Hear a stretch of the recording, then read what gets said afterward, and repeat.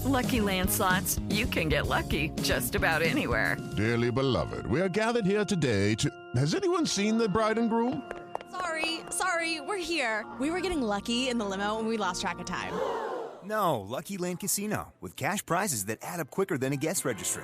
In that case, I pronounce you lucky. Play for free at LuckyLandSlots.com. Daily bonuses are waiting. No purchase necessary. Void where prohibited by law. 18+. Terms and conditions apply. See website for details. 400 years ago, a trio of tiny kingdoms were perched on some damp islands off the coast of Europe. Within 3 short centuries, these islands would become the centre of an empire which ruled a quarter of the globe and on which the sun never set. I'm Samuel Hume, a historian of the British Empire, and my podcast Pax Britannica follows the people and events that built that empire into a global superpower.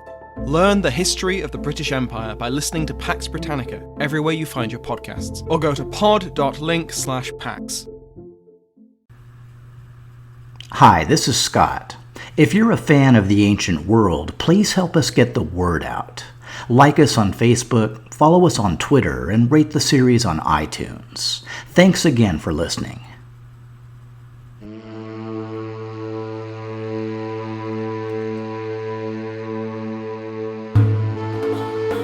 The Ancient World Bloodline.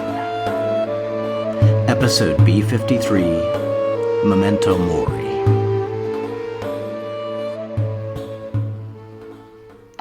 This is how Zenobia died. Aurelian marched toward Europe, carrying with him Zenobia, her son, and the rest of the Confederates in this rebellion. Zenobia is said to have died either of disease or want of food, but the rest were all drowned in the strait between Chalcedon and Byzantium. That's Zosimus, writing around the year 500. For these events, he apparently relied on another historian named Eunapius, who'd written his own universal history around a century earlier. And if it is an accurate record, our story really ends here. Queen Zenobia had been killed by chance, or, like the legendary Julia Domna, she'd decided to preserve her remaining honor by starving herself to death. But, as is typical for the crisis years, the scanty sources covering the events are bound to disagree. So let's follow a different narrative that sees Zenobia go on. Returning safely across the Hellespont, Aurelian was immediately re-enrolled in his previous line of work, defending the beleaguered Danube provinces from constant barbarian attack. The tribe of the weak were the Carpiani, from the Carpathian region of modern Romania, and we know very little about the conflict aside from Aurelian's victory. But that's not really important. The important part is the letter that arrived, sometime in early 273, as Aurelian prepared to keep marching toward Rome. Do you guys remember way back when Cyrus the Great took Sardis? Being a pretty reasonable guy who liked to minimize his subjects' resentment, Cyrus had entrusted a local figure named Pactyus to run the civil administration. Cyrus had hardly left the city before Pactyus used access to the local treasury to recruit Lydian and Ionian mercenaries to drive the Persians back out. Enraged that his light touch was mistaken for weakness, Cyrus dispatched his general Mazares to pursue Pactyus wherever he fled, which eventually led to the Persian conquest of all of Anatolia.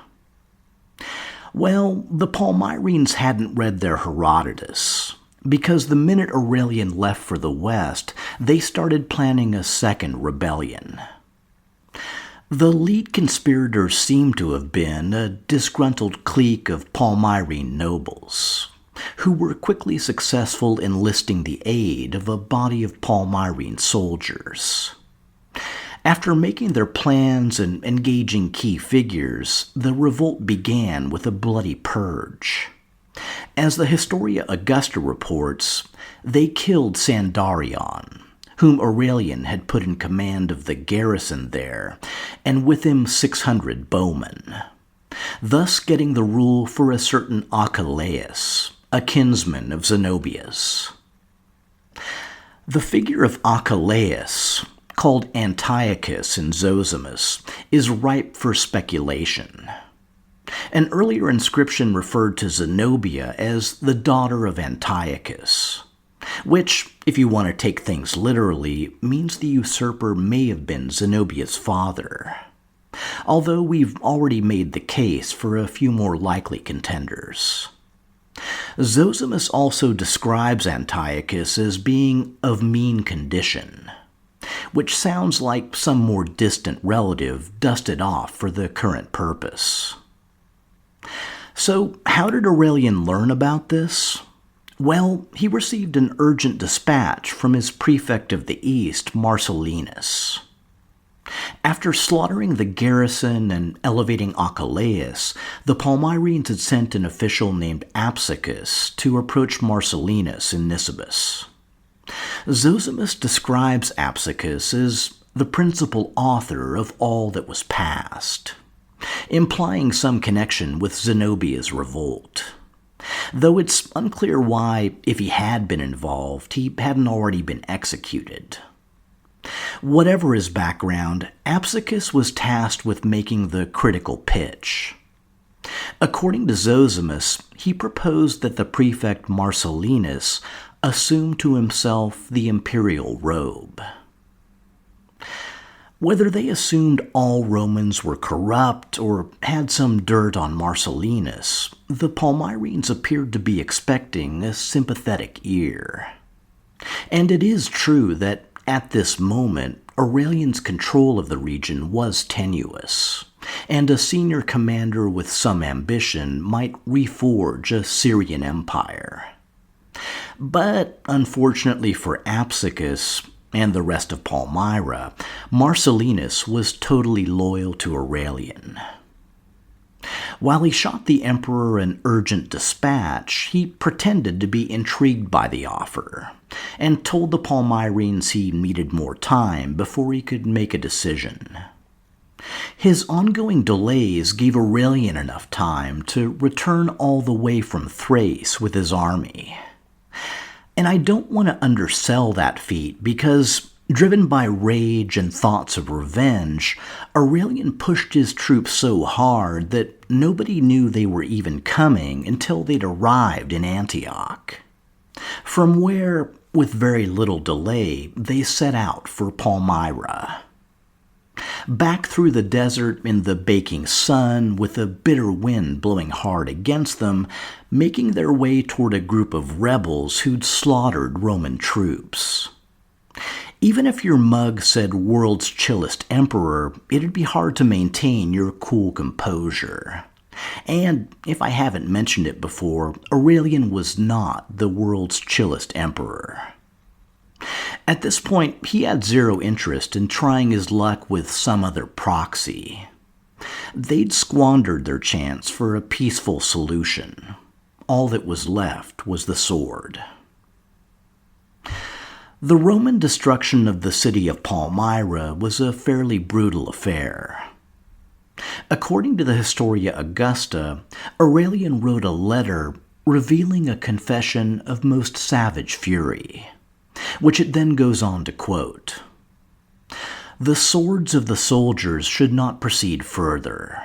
Already enough Palmyrenes have been killed and slaughtered. We have not spared the women, we have slain the children, we have butchered the old men, we have destroyed the peasants.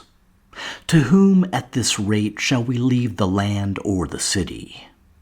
Those who still remain must be spared."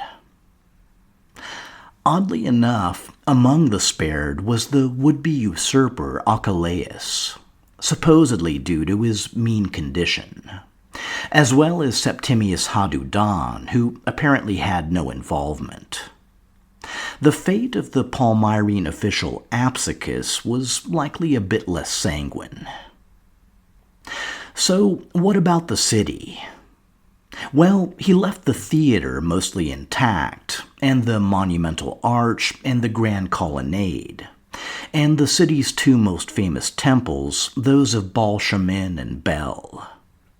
But the Historia Augusta also hints that intact didn't mean untouched. Aurelian's letter goes on to mention the Temple of the Sun at Palmyra, which has been pillaged by the eagle-bearers of the Third Legion, along with the standard-bearers, the dragon-bearer, and the buglers and trumpeters. I wish it restored to the condition in which it formerly was. You have 300 pounds of gold from Zenobia's coffers. You have 1,800 pounds of silver from the property of the Palmyrenes, and you have the royal jewels. Use all these to embellish the temple. Now, Palmyra had temples to a number of sun gods, but the temple of the sun he refers to here is likely the temple of Bel. And while Aurelian apparently had the temple restored, the sun-worshipping emperor just couldn't resist making off with its famous centerpiece. As Zosimus reports, sometime later in Rome, Aurelian erected that sumptuous temple of the sun, which he ornamented with the sacred spoils that he brought from Palmyra, placing in it the statues of Sol and Bel. Aside from the parts that Aurelian spared, the rest of the city was heavily damaged. But unlike the earlier Sassanid conquests of Hatra and Dura Europos, Palmyra wasn't completely depopulated or abandoned to the desert. Traumatized survivors were allowed to stay and try to eke out some meager living. But without any soldiers to guard the caravans, Palmyra's economy collapsed. It's likely that those who could afford to left, while those who couldn't found work where they could. As a small consolation, a few decades later, the city was made a legionary base. But whatever remained was barely a shadow of its days of imperial glory. While Marcellinus had now coordinate Roman defense of the eastern frontier, there was still a need for local tribesmen to man the forts and patrol the desert. And that, as you may have already guessed, is where the Tanuk came in. I recently mentioned how the loyal Tanuk had gained land and plunder at Palmyra's expense. This new role was just the logical outcome of the total defeat of their enemies. Wait, did I say total defeat? Because we're actually not quite there yet. The final gasp of Palmyrene resistance came, somewhat surprisingly, from Egypt. As you may recall, Zenobia had ruled as Queen of Egypt for just about 2 years. And during that time, she'd labored to integrate Egyptian and Palmyrene trade. Even though the provincial governor made a deal to support Aurelian, there were some Egyptians still loyal to Zenobia, or at least who still favored her policies. At the same time as Palmyrene nobles were sending Apsicus to intrigue in Nisibis, a wealthy trader by the name of Firmus launched an Egyptian rebellion. Firmus is described in the Historia Augusta as a friend and ally of Zenobia's, who seized the imperial power with the purpose of defending the remainder of Zenobia's party. Not much is offered to flesh this out, and it's unknown whether Zenobia's party means Egyptians sympathetic to Palmyra, or Palmyrene traders living in Egypt, or even Palmyrenes who'd fled their city after the battles of Emei and Emesa. It's also almost entirely unclear what kind of defense they needed. But either way, if you're trying to protect Palmyrene holdouts, there are likely infinitely better ways than launching a major revolt. It's hard to say what prompted Firmus to take such a bold and dangerous step. He even prevented the Roman grain ships from setting sail for Italy. Whatever he was actually trying to accomplish was basically doomed the moment it started, especially since Aurelian was already in Syria at the head of a huge Roman army. In fairness to Firmus, he may not have known. The freakish speed of the emperor's return had apparently caught everyone off guard. Likely descending via the same route used for Zenobia's recent invasion, Aurelian's forces soon arrived at the provincial capital of Alexandria. And then, well, what do you think? According to the Historia Augusta, Aurelian summarized the outcome as follows. Firmus, that brigand in Egypt, who rose in revolt with barbarians and gathered together with the remaining adherents of a shameless woman, we have routed and seized and tortured and slain.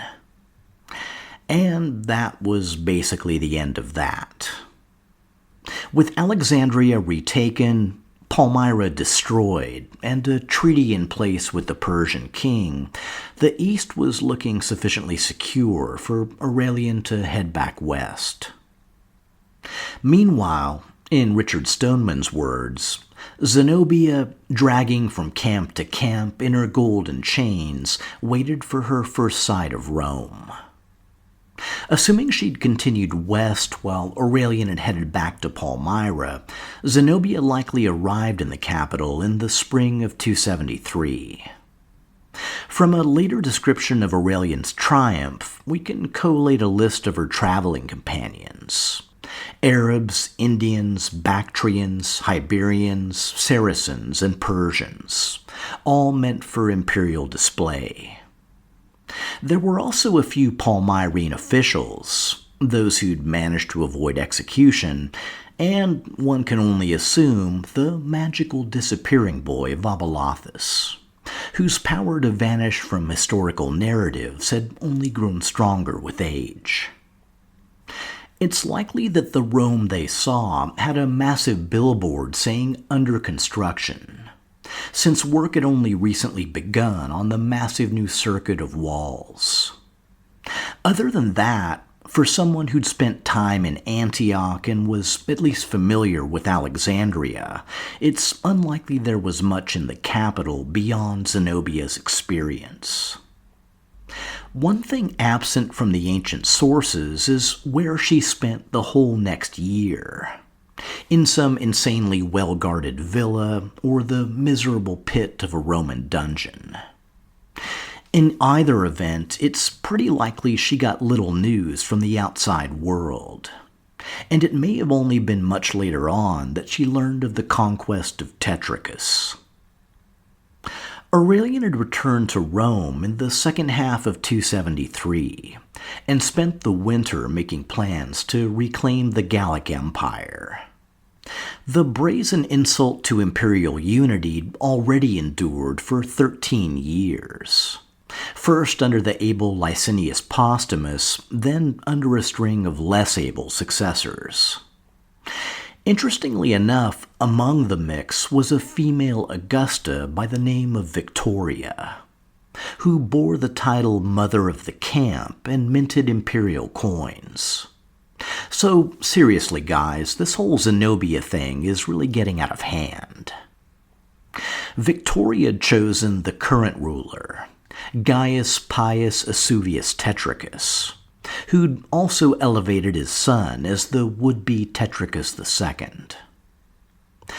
Aurelian decided to solve the problem by once again playing against type. And instead of launching a scorched earth campaign, he resorted to back-channel diplomacy. The fruits of the effort were apparently a deal to return the Gallic Empire to Rome, in exchange for a little special treatment for Tetricus and his son.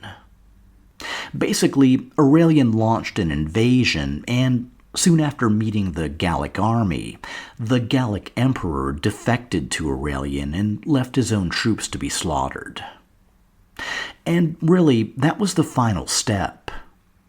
The whole Roman world, from Britannia to Syria, was once again ruled by a single emperor. So, in case it was any consolation, Zenobia wasn't alone. Aurelian had consistently outwitted and outclassed pretty much everyone he'd ever gone up against. And now that he'd accomplished the virtually impossible, it was time to trumpet the news. According to historian Pat Southern, the titles stamped on imperial coins included Victoriosimus, the most victorious, Gloriosissimus, the most glorious, and Fortissimus, the most strong, along with the better-known Restitutor Orbis, quite simply, the restorer of the world. As historian Pat Southern notes, the ultimate accolade was the elevation of Aurelian from a mere mortal to a divine being, declared in his titles Dominus et Deus, Lord and God. In keeping with his newfound status, Aurelian started to wear a diadem and cloth of gold, and demanded that his subjects bow down before him. He had probably learned from the customs of Easterners, and in particular the Persians.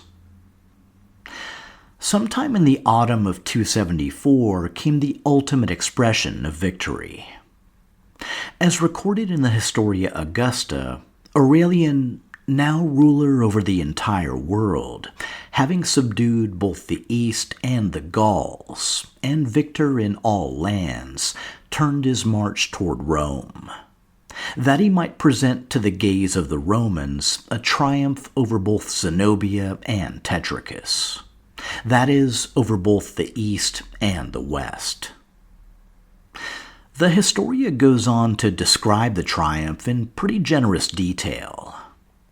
Among the highlights were 4 royal chariots, one that had belonged to Odaenathus, the second given to Aurelian by the Persians, a third belonging to Queen Zenobia, and a fourth drawn by 4 stags that had belonged to the king of the Goths.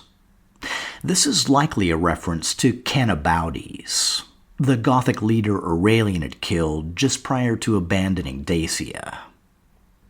It was in the 4th chariot that Aurelian rode up to the capital, purposing there to slay the stags to Jupiter best and greatest. Given his status of Lord and God, he may have dispensed with the ancient tradition of having a slave stand just behind him and whisper, "You are mortal."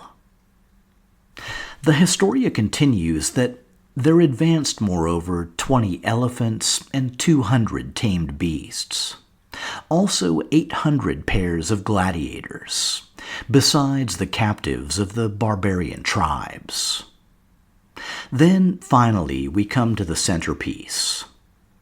In the procession was Tetricus also, arrayed in a scarlet cloak, a yellow tunic, and Gallic trousers, and with him his son, whom he had proclaimed in Gaul as emperor. And there came Zenobia, too, decked with jewels and in golden chains, the weight of which was borne by others. Courageous though she was, she halted very frequently, saying that she could not endure the load of her gems. Furthermore, her feet were bound with shackles of gold, and her hands with golden fetters. And even on her neck she wore a chain of gold. It's the last known event of her public life, and at least we have a physical description, but I'm sure, like me, you'd like to have something more. Was she defiant, or was she broken, or just resigned to her fate? Did she wish she'd made Cleopatra's choice, or consider the words of the prophet Mani, that every person shall follow after his deeds, whether to light or indeed to death? With so much knowledge lost to history, we're forced to rely on what little we have, and the sources note she endured the triumph with courage. The description provided in the Historia Augusta has one pretty glaring omission. How do you mention Tetricus' son and somehow not mention Vabollathus? Well, provided he was still alive, I can only picture one possible reason. Vabollathus was Zenobia's son, but he was also Odaenathus' son. And Odaenathus was still widely revered for his copious service to Rome. So putting Vabollathus in a triumph in chains risked sending out some pretty mixed messages, and diluting the purely victorious image the emperor wanted to project. According to chronicler John Malalas, this is how Zenobia died. After parading her in his triumph in Rome in the old manner, Aurelian beheaded her. Malalas was an Antiochene jurist writing around the mid-6th century A.D., and he apparently pulled from numerous sources to string together his chronicle. He's also the guy who relayed the account of Zenobia's public humiliation in Antioch. So again, it's obnoxious to credit some facts while choosing to disregard others. But there are some pretty credible reasons why this version of her death is unlikely.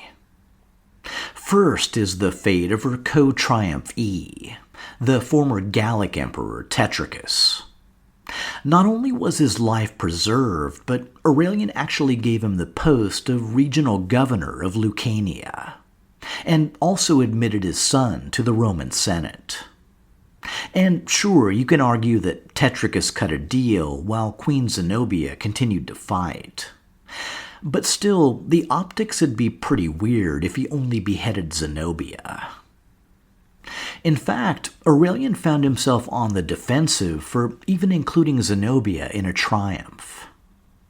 According to the Historia Augusta, some found fault with him because he, the bravest of men, had led a woman in triumph, as though she were a general. He ended up being forced to respond to charges that he was acting unmanly. One can only assume that having Zenobia executed wouldn't exactly mitigate the problem. Fortunately, we don't just need to rely on logic to argue for Zenobia's survival. We actually have a number of sources that carry her story onward. According to the Historia Augusta, Zenobia's life was granted her by Aurelian, and they say that thereafter she lived with her children in the manner of a Roman matron, on an estate that had been presented to her at Tibur, which even to this day is called Zenobia, not far from the Palace of Hadrian. Even if this ending has a storybook feel, that doesn't have to make it untrue. She was no longer any kind of threat, and Aurelian had bigger fish to fry. There's worse PR than being gracious to a captive vanquished foe. Historian Pat Southern helpfully summarizes the rest of the ancient sources. Zonaras indicates that Zenobia had more than 2 daughters. One of them was supposed to have married Aurelian, which is pure fantasy, and the others married noble Romans. Syncellus says that Zenobia herself was married to a Roman senator. Libanius, writing in the late 4th century, mentions a descendant of Odaenathus who was still living in Italy. And both Eutropius and Jerome, also writing at about that time, claim Zenobia's descendants were still living in Rome. So, provided the stories are true, Rome conquered Zenobia in much the same way it had conquered the Mediterranean. First by inflicting a battlefield loss, and later by slow integration. But granting Zenobia an idyllic retirement doesn't necessarily tell the whole story. The next few decades saw seismic changes in Rome, Persia, and even beyond. Events that provided a dramatic backdrop for the rest of Zenobia's life. In the final episode, we'll pull those strings, And the really monumental challenge, try to bring the series to some kind of closure.